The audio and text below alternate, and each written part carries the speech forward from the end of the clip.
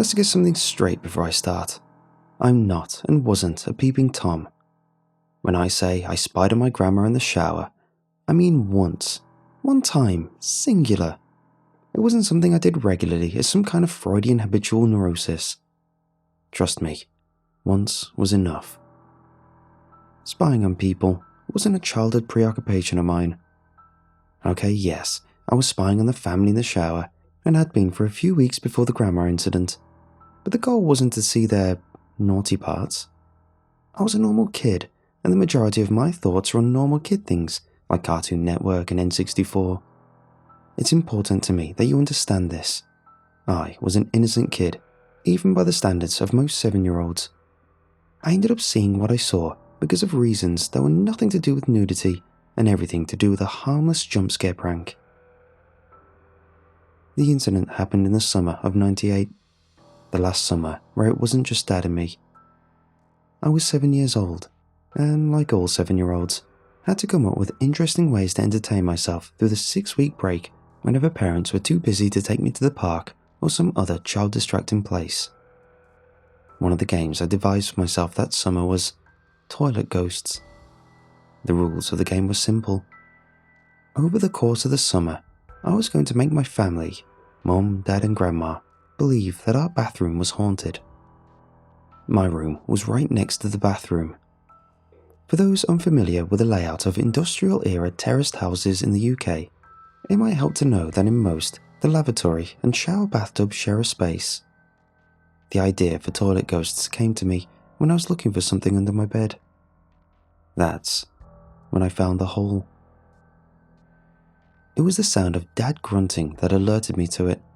I was lining up my army men, ready to shoot with my Nerf gun, when I realised the sounds of straining coming through the old walls were much clearer under my bed than they should be. I was facing away from the wall at the time, so I looked behind me, towards where I knew the bathroom was. Down by my left foot, there was a section of wall missing. A perfect circle, roughly the diameter of a tennis ball. Now that I'm an adult, I realised it was where the toilet had been at one point, before a previous occupant decided to rearrange the plumbing. They'd done a rush job, which is why instead of filling the hole properly, they opted to file down the ceramic pipe on either side of the wall and plug up the gap with a loose-fitting half-brick. A half-brick that came loose easily with my tiny hands. My memories of the first time I peered through the mystery hole, as I initially thought of it, are almost as crystal clear as the last. The other side of the hole was at the base of the bathroom sink, behind where my mum kept the toilet brush and various bathroom cleaning products Dad had no idea how to use. From my vantage point, I could see almost the whole bathroom. In the dim light cast from the narrow porthole-style window on the opposite wall, I had a full view of the glistening off-white tiles, drab mauve wallpaper, and of course, the shower. The toilet was about a foot to the right of the hole, so I couldn't see much of Dad but his ankles and toes. I watched his foot tap for a few minutes while he strained, holding my hand over my mouth to silence the gleeful chuckling at having a window into his private moment. He'd have no idea were it not for my scream. As I was watching, still delighting in the secrecy and stealthiness of it all, something long and thin and hairy unfurled over the lip of the shaved pipe at the hole's other end. My eyes widened in horror as another and another and another of prickly limbs curled themselves around the rim, prodding and probing for my terrified features. My eyes bulged, heart hammering against my ribs. Then, before I could react, the furry, multi-limbed monstrosity lunged at me. "Ah, get off! I hate spiders!" I squealed and rolled out from under the bed. The errant spider flew from my face, scuttling away to sulk in the distant corner of my bedroom. What few hairs were on my arms at that age stood up when I heard my dad's echoey cry from beneath the bed. Jesus Christ, what in God's name was that? Susan? Susan, come up to the bathroom. The deliciousness of the idea my 7-year-old mind put together in that moment excited me so much a lump caught in my throat. Toilet Ghost was born. Game on. So, That's the first half of the equation. You know about the hole and why I was looking down it. Now, you need to know the second half. You know how I was spying on her and why, but what you still don't know about is Grandma. This is where things stop getting so whimsical and innocent. It's been 23 years since I saw her, but I remember the ensemble more clearly than even my wedding day. When I tried to describe through tears the hell I'd been through between terms to the class, I didn't have a wide enough vocabulary to describe her accurately.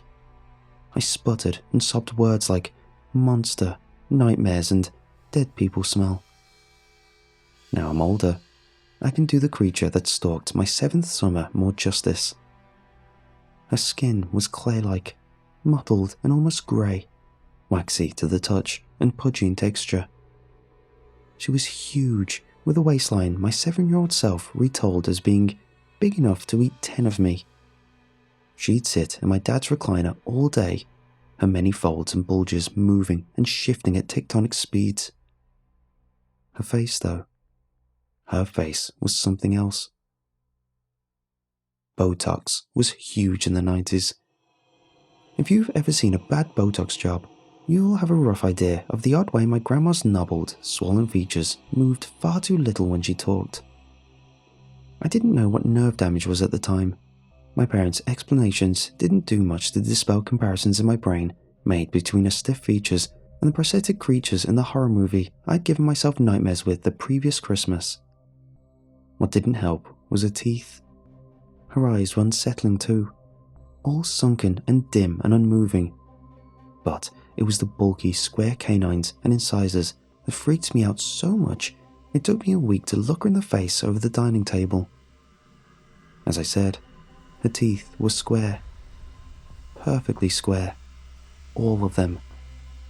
They ran uniform along her cement grey gums, each brilliant white, postage stamp-sized chunk of enamel placed at a perfect right angle with its neighbours. I think the teeth freaked Mum and Dad out too. At least, the snippets of conversation I stole from echoes coming up the stairs seemed to suggest as such.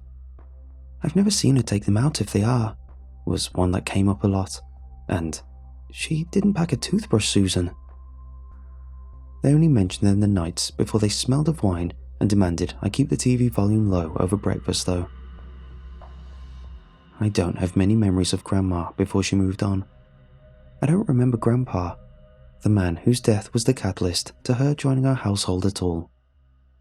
She'd only been living with us a few months at the time my father was the first unwilling toilet ghost contestant.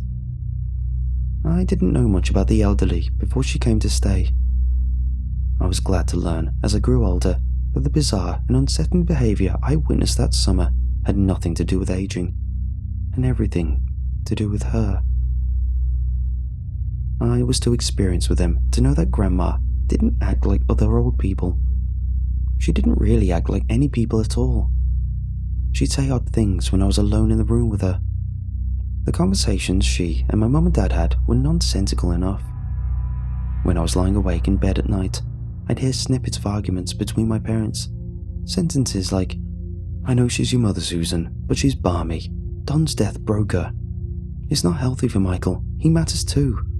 And the doctor said it's early onset, it's only going to get worse, not better," would drift up the stairs. Words and phrases like dementia, Lewy body syndrome, and care home, the implications of which I wouldn't understand until I was older. The things Grandma used to say to me without my parents around were beyond the adult ramblings of a mind ravaged by a degenerative condition. Even as a kid, I knew the difference between confused nonsense and deliberate, malicious intent. "You know, if you tell anyone, I'll come for you," she hissed at me one afternoon while I was keeping myself occupied with a Lego set on the carpet. "If you say a word, I'll come for you and suck out the jelly insides of your precious little eyes through a straw." Another example that my mind can't seem to shake is the morning when Mum had to pop out to the shops. I ended up hiding in my room, cowering under the duvet while she bellowed at me up the stairs. "I can take everything from you, you trembling little meat sack, you snivelling waste of skin. Just be glad you're too small for anything to notice you." As you'd expect, I'd always burst into tears. Mum and Dad would calm me down, trying to soothe me by explaining ad infinitum that Grandma was old, that she didn't understand what she was doing. By the time of the incident, I was terrified of her. Not just because of the things she'd say directly to me either. The things I caught her saying when she didn't know I was listening creeped me out just as much. "This one's no good, draws too much attention, can't move fast, they'll notice. Need more padding around the mouth parts, think the male and runt suspect the teeth. Will have to be the female past conventional beauty prime, can blend." These nonsensical ramblings were all pieces of a puzzle I still don't want to put together. I'm not sure I can stand back to take the whole picture once it's finished, not without snapping at least. Mum and Dad didn't believe my frantic recollections of the wild and dangerous words I'd ever heard Grandma spouting. They definitely refused to accept my explanation for where the television remote had disappeared to was anything other than a lie to get Grandma out of the house. Because I didn't just catch Grandma saying weird stuff. I caught her eating weird stuff too. It started small. Stray pieces of Lego, old coins she found down the back of the sofa, any lighters or cigarettes Dad was foolish enough to leave laying around. I watched her consume all these at one point or another whenever I was left alone in her care. The TV remote was the last thing that took it too far for me. Kids are much more resilient than adults when it comes to the inexplicable untruths bubbling under the surface of reality. The remote was too much, even for a 7-year-old. Mum and Dad had gone somewhere for the evening. I was sitting cross-legged in front of the telly, trying to lose myself in Robot Wars and drown out the steady barrage of grotesque threats. We were 4 weeks into the summer by that point. As much as the words unnerved and rattled me, I'd survived enough of them to have built up a smidgen of tolerance. "Here, runt, look at this." Something about her gravelly words was different. They always held undertones of poison, but this time it wasn't the same snakebite venom as usual. This was a different toxicity. Tainted nectar of the kind behemoth rainforest plants used to lure unsuspecting hummingbirds into gaping maws. Taken by surprise, I lowered my guard and turned from the TV. Grandma was leering down at me from a chair. She was holding the TV remote in one hand, the gnarled nails of the other digging into the arm of Dad's chair. On anyone else's face, her shriveled eyes would have sparkled as a distinct malice to match her wide, perfectly symmetrical teeth of that smile. As it was, the dead orbs stared at opposite corners of the room. It didn't matter. I knew when Grandma addressed me, it was only the enamel locked in those granite-coloured gums that mattered. "I'm not going to be around much longer, runt," she sneered, words still dripping with Trojan malice. "You'll be pleased to hear that, I'm sure. You pathetic stain on your gene pool. All of them I've encountered, you're the worst." I could feel my bottom lip trembling. As usual, this only seemed to egg her on. I can't suffer the indignance of this pustule, so undeserving of that skin, walking around this backwater cesspit, not knowing how insignificant they actually are. Before I could start sobbing, before the fluttering in my lungs could evolve into full-blown panic, she lifted the TV remote. I screamed so loudly, the neighbors on both sides yelled, "Keep that damn kid under control." The lower half of her waxy face clicked and shifted. Her jaw extended slowly, the flesh making the groaning, creaking sounds of rubber dragged across a bed of broken glass. For a full half a minute, it jutted and protruded until her chin jutted out a full foot from her neck. The inexplicable gaze from her teeth never left my screaming face as she lowered the remote into a gullet. The cement gums wriggled, puckering and closing the impossibly angular dentistry around her forearm, remote and all, independently of the rest of her motionless face.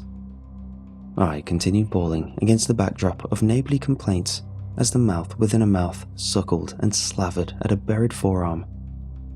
She pulled the limb out slowly, white teeth leaving deep and perfectly square imprints on a clay flesh. Not that it would have made any difference to how fast I sprinted up the stairs to my room, but the chunky TV remote in a mucus-covered hand was gone. I refused to leave my room for a week. That was fine by my parents. They didn't believe me anyway, and I was grounded as such. It was exactly 7 days from the remote that I plucked up the courage to, in my mind, get back at Grandma. Because at the end of the week, when she got out of a chair to ascend the stairs to the bathroom for a weekly shower, I made a decision. Grandma was going to be the next unwilling toilet ghost contestant. I'll fully disclose here. I was 7, but I wasn't stupid. I'd seen enough daytime TV to know what a heart attack was, and how you shouldn't shock old people because of them. I knew full well the risks of subjecting a lady as old as Grandma to the levels of jump scare toilet ghosts brought my parents. I have no shame in admitting I knew this. It's the first, and probably only, memory I have of deciding to willingly hurt another human being, but a heart attack was kind of the goal.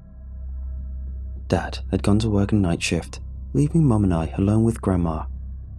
I lay in wait by the hole, listening to the stairs creak under the nightmarish woman's massive bulk. I didn't have any problems with stifled giggling over invasion of privacy this time. My mind was focused, sharp. This round of toilet ghost wasn't a friendly match. I never had the balls to play the game with Grandma. I'd had a lot more practice since my first round against Dad though. I'd perfected my ghost sounds now. I'd learned how to bend my moans and bounce my haunting whispers off the 10 or so inches of ceramic pipe so well that Mum nearly didn't get her trousers down in time more than once. "Come on, you freakish old coot," I muttered to myself as I heard the click and swing of the bathroom door opening. "Get nice and settled. I'm going to toilet ghost you so bad you wish you never ate that remote." I had to try hard not to breathe too loud. A mix of anticipation, nerves, and anger had me sucking up whole lungfuls through each nostril with every tense shift of my diaphragm. My throat filled with the acrid reek of bleach, and I almost coughed right at the moment she stood in front of the hole while doing something or other at the bathroom sink. She stood for a full 5 minutes, saying nothing and barely moving. I was about to toilet ghost her back into Grandpa Don's arms when she took a few steps backwards. The moment her lumbering form came into full view, the cocktail of emotions gave way to one singular, overpowering feeling. Terror. Pure, unbridled terror. I was too scared to scream. I stared, wide-eyed, tears silently falling down my cheeks, while I bit into my hand so hard I could taste the metallic warmth of open wounds. Grandma's head was empty. Blank voids were all that existed behind her lips and eyes. With each quaking step, her head became more and more deflated, until, by the time she stood still, all that existed above her pudgy neck was a near-flat mass of skin. The nightmare I found myself in didn't give time to process this though. It was already lining up the next traumatic mental image it took me years to repress. As I watched, praying that my whimpers were quiet enough to go unnoticed, Grandma's belly opened. A red, horizontal line unzipped from her left to right flank, an equatorial wound perfectly aligned with a deep crater containing a belly button. The headless torso started to flap and wobble, her mottled arms deflated, a wet sucking sound accompanying the slow decompression of each appendage. Then, in a fluid motion, the quivering torso that remained lifted at the belly slit. Something pushed it away, discarding the unwanted flats of human skin like wet tissue paper. When the memories of the next few moments came flooding back to me last night, I puked for a solid hour. The thing that stepped out of Grandma's skin shivered. Its opaque, stone-grey, gelatinous form pulsated until the residual leg arched left at its base form, occupying its human shell, had flattened. It heaved and rippled as it bloomed to its full height. The grotesque, cylindrical body extended in pulsing spasms until it stood easily at 8 feet tall. Its bulbous head rocked and swayed as it stretched long cramped muscles, the unspeakable anatomy realigning to support the weight of its true form. The head had no eyes, no nose, no features at all on its slick grey surface, save for one. The mouth. The wide, square-toothed, impossibly perfect angles of that damn mouth. Folds of glistening white flab puckered around the brilliant white teeth. From somewhere deep in its throat, 3 long greenish tongues, each several inches in diameter, emerged to probe the air. They were several times the total length of that thing that had worn my grandma by the time they were fully extended. Each of the 3 appendages set about a task. One turned the shower on, and the 2 others began curling around my grandma's husk. The thing slithered around the room on its slug-like foot, whilst the tongues got to work. A pang of disgust rose in my belly, nausea churning dangerously close to throwing up. I realized with growing horror that, once a week, this blasphemy against the laws of reality had been emerging to clean my grandmother's skin. While I had been sleeping, it had scrubbed and scraped the only remains of the woman who had birthed my mother.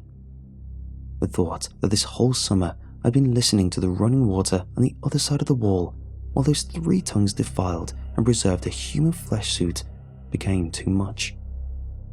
I couldn't watch the thrashing, greenish, moor-born limbs any longer. I turned away from the hole, expelling everything I'd eaten that day onto the carpet under my bed. By the time I finished, I was spitting up nothing but flecks of bile. My chest ached, both from the hurling and from the unstoppable pounding of my panicking heart. Shuddering, drawn by that morbid curiosity known only to children and psychopaths, I lifted my head and looked back through the hole. There, staring back at me from only 10 short inches away, was a set of angular, chalk-white teeth. I'd never heard Mum run up the stairs so fast. She damn near threw the door off its hinges when she burst into the room. She tried to yell above my screams to get through to me, but it was no good. I wouldn't stop screeching about Grandma and the bathroom, pointing at the wall and trying to claw my way as far into her embrace as possible. I begged her to run. I begged her so hard my already hoarse throat started to burn red raw. She didn't scoop me up, carry me downstairs and strap me into the car. She didn't leave a trail of lighter fluid and throw a match through the letterbox as she left. She didn't pick up Dad and drive us as far away from the house as we burned it down and the thing inside it. No, Mum did what all good mums do. She stood up, sat me on the bed, wiped my eyes, and told me how she'd shown me there was nothing to be afraid of. Then, she went into the bathroom. I hid under the duvet the moment I heard her scream. Thankfully, her dying pleas and series of bangs, crashes, and organic ripping, squelching sounds that followed didn't last too long. The silence that followed, that cacophony, was worse. I knew Dad wasn't going to be home until morning. After an hour or 2, I decided that I had to look out from under the duvet. I'd almost managed to convince myself that I'd been asleep and that it had been a nightmare. One glance at Mum's twitching silhouette in the doorway was enough to tell me how wrong I was. I was sobbing uncontrollably under the duvet as I heard her shamble over to the bed. I could feel her stood above me for what must have been hours.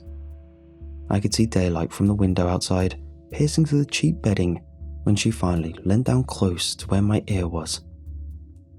Remember, Runt, if a word of this leaves your filthy parasite lips, we'll know. You can imagine the state Dad found me in when he got back from his shift. You can imagine the state he was in when he learned Mum and Grandma had disappeared. They never found remains of either of them. By the time Dad got home, the thing had managed to clean the bathroom. I don't know what it did with Grandma's skin, but the flashbacks of that protruding jaw and square teeth puckered around her forearm gave me a solid guess. They found Mum's car by the coast. Eventually, they gave up looking for a body. I still remember the gentle-mannered police officer consoling my crying father after informing him that they had to assume Mum, overcome with grief over the dementia, had taken Grandma so they could walk out to sea together, swallowed up by the waves as he was with grief. The rest of my life was exactly as you'd expect. Counselling and trauma therapy were a big part of it. I told everyone, especially Dad, what I'd seen. Nobody believed me, which is probably why I've been allowed to live so long. I was told by the army of doctors, therapists, counsellors, and the like that it was a false memory created by my mind to cope with the horrific events that actually took place. For a few happy decades, I managed to believe that too. The truth of that night in my mind throughout my adult life has been that Mum had told me we were going to the coast and had been very upfront about what for. She tried to take me by force and even bit me during a psychotic break. At some point, I passed out from fear. Worrying she'd kill me in her adult state, she then drove off to the coast with Grandma without me. All was going well. After a rocky adolescence and early 20s, I'm 30 now and married, have stable employment, a home, a life, a nice, normal life. At least it was. Until last night. Because last night, when we were watching a news segment about the UN Climate Crisis Summit, I saw them at the back of a crowd of suited dignitaries and politicians. A set of perfectly square, impossibly white teeth, grinning from between pudgy, waxen lips. Pudgy, waxen lips and a face that I recognized. A face that hadn't changed much at all since 1998, aside from a slight graying of the skin and a new, angular smile.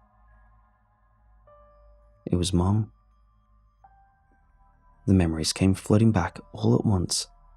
Like I said, I puked for an hour. Kath, my wife, was worried. As soon as I could stop retching, I explained it all to her. Grandma, Mum, that smile, the thing that wore both their skins. Kath's jaw dropped. I thank God she believes me, and that, unlike Mum, she's agreed to drive to the remotest place we can find. She's agreed to go off-grid with me, agreed to hide away from the monster she's never seen up close, but knows in her bones is real. Why does she believe me, you ask? Simple. The second I collapsed into a sobbing heap at my story's climax, my phone buzzed. It was seeing the colour drain from my face faster than she ever had that prompted Kath to snatch it from my hands. Her reaction was worse. I had to hold her for a solid 2 hours once I managed to stop her trying to barricade herself inside the kitchen cupboard. I'd received a picture message from a private number. It was a picture of Kath and I in our living room, taken from right outside the front window, that night, judging by her clothing, with a single sentence attached. "We told you. We'd know if you told, runt." I don't think that's what sent her over the edge, though. I think what sent her over the edge is what we also saw in that photo. Our living room runs from the front to the back of the house. If you looked in on our front window, you could see our back garden through the sliding glass doors. What made convincing Kath so easy was that, in the photo, you could clearly see a wide set of white, square teeth leering at the back of our heads from the pitch-black garden.